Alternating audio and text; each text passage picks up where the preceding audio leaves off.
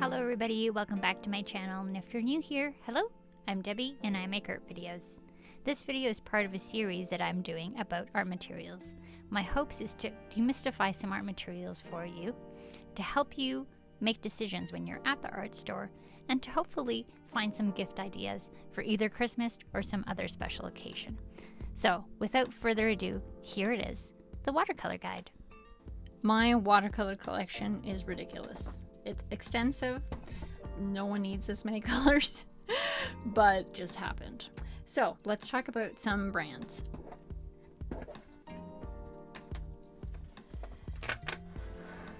If you're in Europe, you might have access to Van Gogh. I do see it more often here now. I would only recommend these if the price point is right. Otherwise, I would recommend these for a student line. You can also find the Winsor Newton Cotman in palettes. Sometimes you can find these too in palettes, but I would say the Cotman colors are of better quality than the Van Gogh colors. They're fine, but they're grittier. So if you're looking for something more fluid, more like finer, I would say the Cotman are finer, and actually some of the colors in the Cotman I really like. Like for example, I really like the Cotman Paints Gray, and I really like the Cotman Yellow Ochre. Winsor Newton Cotman, good starter lineup.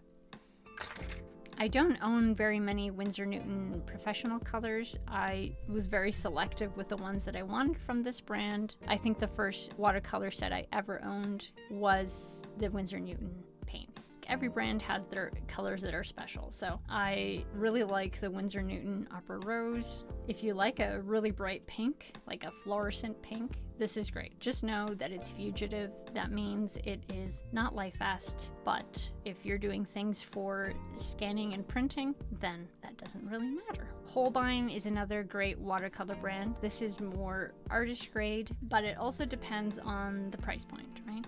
So I would just see like what's available where you live at a mid price point. So I would say that these are comparable, but depends on the region of the world that you live in. However, saying that, I love this color and I will always have this color. It is the brightest blue I own and I think it's awesome. Now, when I was leaving Europe, I did this massive art supply purchase because I'm like, I'm never coming back. And I'm embarrassed to say that I haven't even used my beautiful Sennelier colors very often. I'll make a video. These are beautiful, beautiful paints, beautiful pigments, and they're very fluid. They are honey based, so they almost stay a little bit wet even if you leave them in a dry palette. This is kind of like our Primo brand, and if you are gonna get serious about watercolor, get a set of primaries, and this is quite a treat. This was something I was very excited about when I bought them, and they're still super special. This is kind of hard to find. In Europe, you can find them easier. It's Old Holland. They have some very unique colors, and the intensity is really intense. This is also one of those super primo paint lines, and if you want to treat yourself or somebody you know, they tend to be expensive, just letting you know. It's a very nice brand. Another very nice brand, this is an American brand, is Daniel Smith. This is kind of like a primo as well. They're very expensive here, so I own this hand poured set that I bought from Teo on YouTube. They're very beautiful colors. So this is another, like, depends on where you live. If you live in the States, they're a bit more affordable, but anywhere outside of the States, they're kind of a big deal. I have lots of paints, but to be honest, the ones that I use the most are these White Nights paints. Now, they're different, maybe. They do have like a little bit of texture to them, which I like. You know, when I purchased these, they were highly affordable, and if you can find the little blocks on sale, they tend to be a really good price, and they're huge, you know, full pan. It's actually bigger than a regular full pan. They're very fun. I don't know, something about them. They're very fun. Now, if you're doing watercolors for reproduction, although I like the White Nights paints a lot for sketchbooking and stuff, when I'm doing like painting that's going to be for products, I tend to use my Schmincke colors. This is a custom palette that I put together.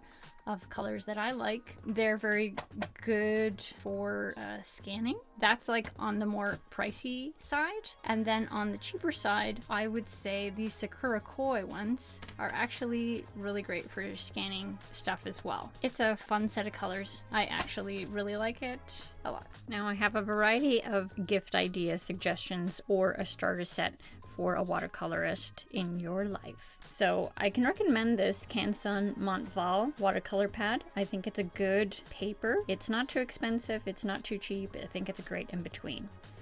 And if you have the budget for a 12 pan starter set, Winsor Newton has some good ones. Depending on your budget, check out what you can get. That's always a very nice gift in itself. Otherwise, I would say get 3 primaries if you have a higher budget in an artist grade brand, and if you have a lower budget in a student grade brand like Cotman. As regards to brushes, the sky is the limit with that. You can get one for $6 and you can get one for $75. So it all depends on what your budget is. If you're looking for something really nice for a watercolor artist in your life or for yourself, a proper watercolor brush, one of these classic French brushes, is an amazing tool. There's a reason why this is the watercolor brush, and you will notice why. It can hold way more water than your average kind of synthetic brush can. And because it's natural bristle, it flows differently, so you can get a different kind of application. There are a lot of really good synthetic brushes on the market. They tend to be springier.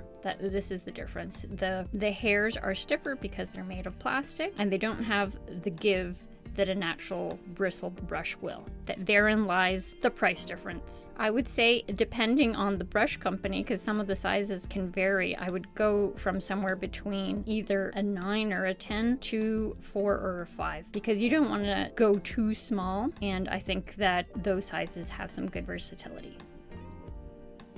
Well, that's it for this video. I hope you found that helpful. Do check out the rest of the videos in this series. Until then, keep painting.